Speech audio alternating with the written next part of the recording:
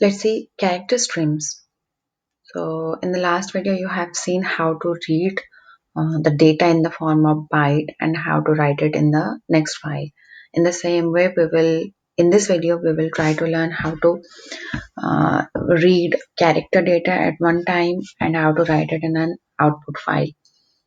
So for reading, writing the character data, we have two stream classes as you see, the reader and writer. And we use this classes FileReader and FileWriter. Those are both descendant from the reader writer file classes, and they basically specialize on file input output operations and responsible for reading and writing data in the form of characters. So we are going to use the class reader and writer for reading and writing data of character streams. Let's see one example and try to understand what is happening in here. Okay, so here we are going to use the FileReader class for input output instead of file input stream and output stream, as you have seen in the case of reading and writing the data in the form of byte in the last video. Then I have added the IO exception to handle the exceptions in a better way. Next, we are creating one file reader for implying to the generator.txt file over here. Let me show you what do I have in the file. This is the text or a poem we have in this file. Now one output stream file writer is created for a new file character output.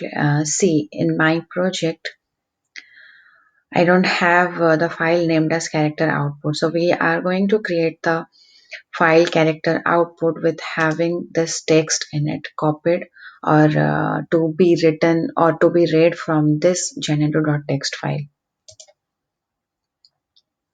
After creation of the input stream and output stream file reader writer, now we are supposed to read the data from the generator.txt.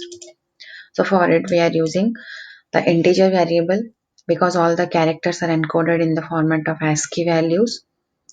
So now the C is equals to the file. We are going to use the file reader input stream, and using the read function we are just reading one by one each character from the file generator.txt until it gets the value as -1. When it will be -1, it will come outside, and by that time it would have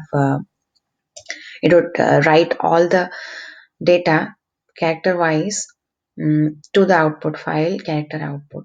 Now just adding the finally block to close the input stream and output stream to avoid the resource leak condition.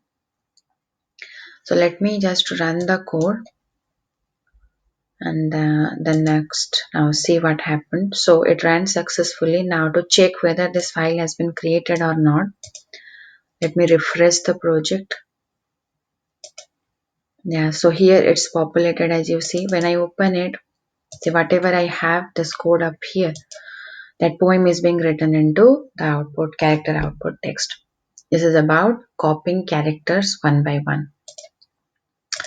Let me just delete it again, and we are going to use it in a next program. So the next thing is that how to copy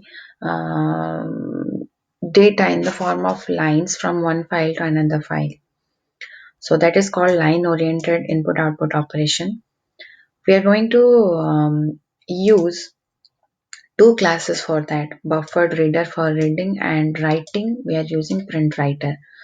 So BufferedReader, it reads the text in the form of lines. It's basically reading character by character, so it can input or read total whole line at once. And we always, let me just show you. Yeah, this is how we are going to create the BufferedReader. So let's first see the syntax of it. Okay, so in general, the read request is made from the reader, which causes the read request to be made of the character or one line or one byte string. So it's always advisable to use a buffer reader for any read operation, and it's easier that way. So, and how we are going to create that? So one buffered reader in is to be created for the file foo.in. So this is the way it's supposed to be created.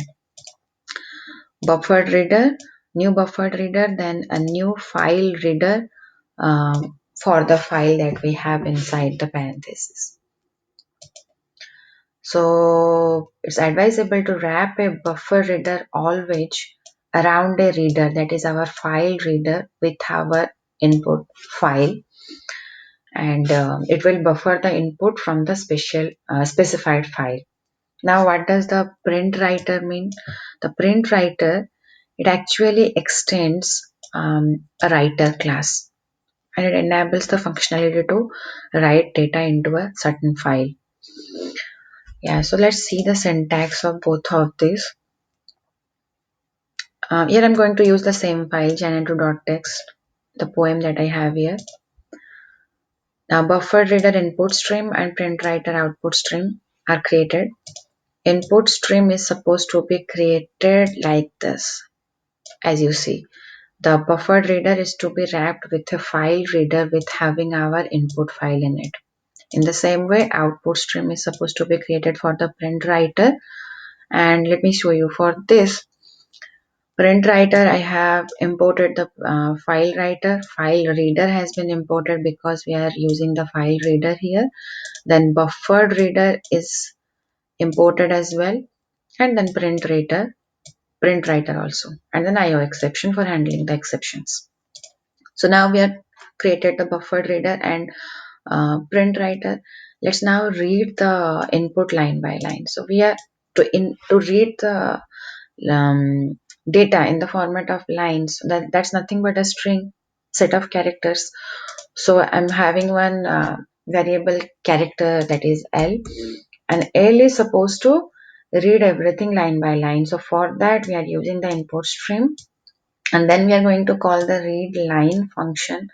So what happens, using the read line, it returns the line of the text with the line from janitor.txt file that you have here. And then in that I have one output. Yeah, we want to write the data in the format of lines to our output stream, that is our file is character output.txt. So we are just using the println method, and in it passing the variable string variable L. So it will output each line using the println method, which appends the line terminator for the current operating system. And then just adding the final clause to close input and output string. So let me just run the code and then see what happens. So it's not created right now, the character output. Let me refresh it. Yeah, see how it's been created and how it has successfully read the text from janitor.txt to character output.txt. Okay.